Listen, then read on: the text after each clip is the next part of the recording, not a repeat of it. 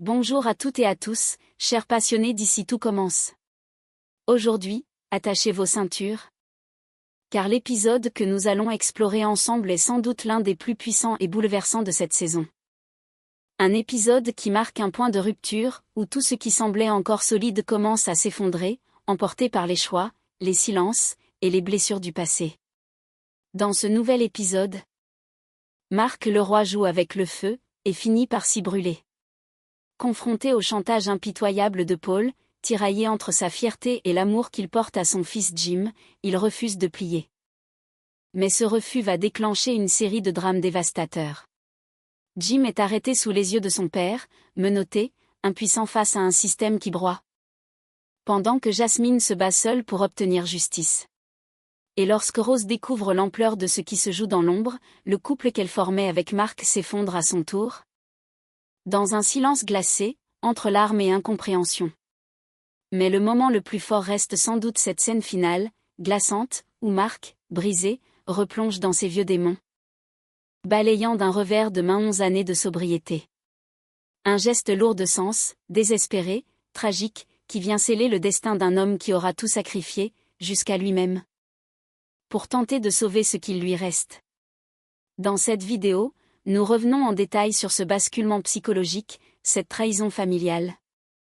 Ce choix impossible qui font de cet épisode un véritable électrochoc émotionnel. Analyse des enjeux, décryptage des dialogues forts, et réflexion sur la chute de Marc, tout y est. Alors si vous êtes prêt à revivre l'un des moments les plus poignants et dramatiques de la série, installez-vous confortablement, pensez à l'iker. Commentez et vous abonnez, et plongeons ensemble dans la descente aux enfers de Marc Leroy. De retour à l'institut, le professeur refuse de se laisser dicter sa conduite. Bien décidé à ne pas céder à l'ultimatum odieux de Paul, Marc confronte ce dernier avec fermeté. D'un ton glacial, il lui annonce qu'il n'a aucune intention de quitter Rose. Il aime cette femme. Il s'est battu pour elle, et il refuse que quelqu'un, même avec le pouvoir d'aider son fils, vienne poser des conditions sur leur relation. Son choix est clair, sa voix ne tremble pas. Il refuse le chantage. Paul, impassible, encaisse la réponse. Il ne cherche pas à argumenter. Il se contente de tourner les talons, froidement, sans un mot de plus. Un départ sec, presque symbolique. Comme pour rappeler à Marc ce qu'il vient de perdre. Une aide précieuse, et peut-être la seule véritable chance de sortir Jim de l'impasse judiciaire dans laquelle il se trouve. Marc, pourtant, ne flanche pas. Pas tout de suite. Il se lance aussitôt dans une contre-offensive discrète. Il fouille ses carnets d'adresses, active ses anciens contacts, fait jouer son réseau. Convaincu qu'il pourra trouver une autre voie pour aider son fils. Mais très vite, la réalité le rattrape, aucune de ses relations n'a l'influence nécessaire dans les hautes sphères militaires. Il est seul. Désemparé.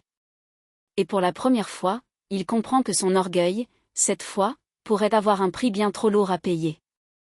Lorsque Marc rentre chez lui. Le poids de ses échecs pèse lourdement sur ses épaules. Dans le salon, Jim et Jasmine l'attendent, tendus mais pleins d'espoir. Ils veulent croire que tout n'est pas encore perdu. Jasmine s'empresse de lui demander s'il a revu Paul, si l'aide promise, ce fameux contact au ministère des Armées, est toujours envisageable. Jim, quant à lui, garde un silence fébrile. Suspendu à la réponse de son père. Mais le visage fermé de Marc parle pour lui. Il finit par avouer, à contre-cœur, qu'il a refusé la proposition de Paul. Il explique brièvement qu'il n'a pas accepté les conditions imposées. Un silence glacial s'abat alors dans la pièce. Jasmine, bouleversée, laisse éclater sa colère. Tu refuses de l'aide juste parce que tu es jaloux? Tu préfères laisser Jim risquer la prison plutôt que de mettre ta fierté de côté? Jim, lui, ne dit rien. Son regard en dit long. Tristesse. Déception. Fracture. Pour lui, son père vient peut-être de sceller son sort. Marc tente de se justifier, mais ses mots tombent à plat. La douleur est déjà là, et elle est profonde. C'est alors que tout bascule. Un bruit sec retentit à la porte. Quand Marc ouvre, un gendarme apparaît, l'air grave. Il s'adresse à Jim d'une voix officielle, Jim Leroy? Vous êtes en état d'arrestation pour agression sur un supérieur militaire. La stupeur est totale. Jasmine étouffe un cri. Mark reste figé. Et Jim, le visage blême, se laisse passer les menottes. Comme s'il savait que ce moment finirait par arriver. La réalité vient de les rattraper de plein fouet, et cette fois, il est peut-être trop tard pour revenir en arrière. Alors que Jim vient d'être arrêté sous les yeux de son père et de Jasmine, l'espoir semble s'effondrer.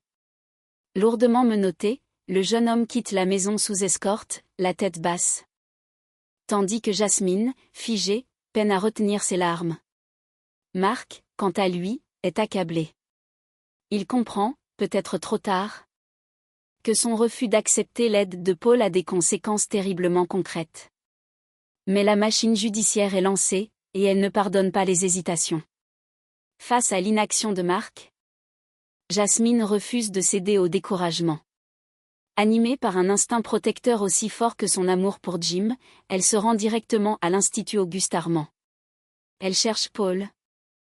Déterminée à l'affronter, à lui parler en face, sans détour. Lorsqu'elle le retrouve dans un couloir, elle va droit au but. Elle lui expose la situation, les risques encourus. Les nuits passées à angoisser. Elle lui rappelle que lui seul a les contacts capables de stopper cette injustice. Elle ne le supplie pas, elle plaide avec dignité, sincérité, rage contenue. Mais Paul reste de marbre. Son regard est neutre, son ton parfaitement maîtrisé. Il lui répond que la procédure est désormais lancée, que la plainte a été déposée, que l'armée est en mouvement. Et qu'il ne peut plus rien faire. Les dés sont jetés, glisse-t-il, presque fataliste. Jasmine sent que quelque chose cloche. Il n'est ni ému, ni concerné. Il se retranche derrière les règles. Sans même esquisser le moindre geste. Blessée, elle s'en va. Mais ce qu'ignore Paul, c'est qu'il n'était pas seul. Juste derrière la porte entrebâillée, Joséphine a tout entendu. Elle n'en croit pas ses oreilles. Elle connaît son oncle. Elle sait qu'il a encore l'influence nécessaire pour intervenir, et surtout, elle le devine capable de manœuvres bien plus subtiles que ce qu'il prétend. À ses yeux, son refus d'agir n'a rien d'une impuissance, c'est un choix. Un calcul. Et ce calcul, Joséphine commence à le comprendre. Si Paul refuse d'aider Jim, c'est peut-être parce qu'il a encore l'espoir que ce scandale brise Mark et fragilise le lien entre lui et Rose. Un sacrifice silencieux, mais stratégique. Pour elle, son oncle franchit une ligne rouge. Et ce qu'elle admire chez lui commence à se fissurer. Dans l'ombre d'un couloir, une certitude germe dans son esprit, si Paul ne fait rien, alors elle, peut-être, devra choisir entre la loyauté familiale et ce qu'elle estime juste. La nouvelle de l'arrestation de Jim se répand rapidement, et lorsque Rose apprend ce qui s'est passé, elle ne perd pas une minute. Bouleversée, elle rentre chez elle. Bien décidée à retrouver Mark et à comprendre pourquoi tout cela a si vite dégénéré. Mais en franchissant le seuil de leur maison, elle découvre un Mark fermé, assis dans le silence, les traits tirés. Le regard sombre. Il tient son téléphone encore à la main, Paul vient de lui envoyer un message à peine voilé, un coup de pression en bonne et due forme. Mark, à bout, décide enfin de parler. Il explique à Rose que Paul le manipule, qu'il l'a menacé de ne pas aider Jim si et seulement si il acceptait de disparaître de sa vie.